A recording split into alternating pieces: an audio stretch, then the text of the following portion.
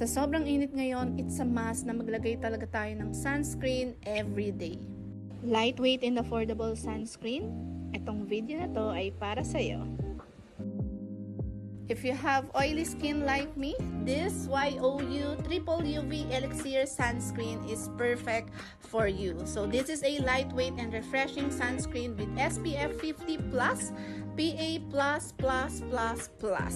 that protects skin from UVA, UVV, IR radiation, and blue light damage. O diba, sobrang perfect nito mga Mima Loves ko. Lalo, sobrang init talaga ngayon.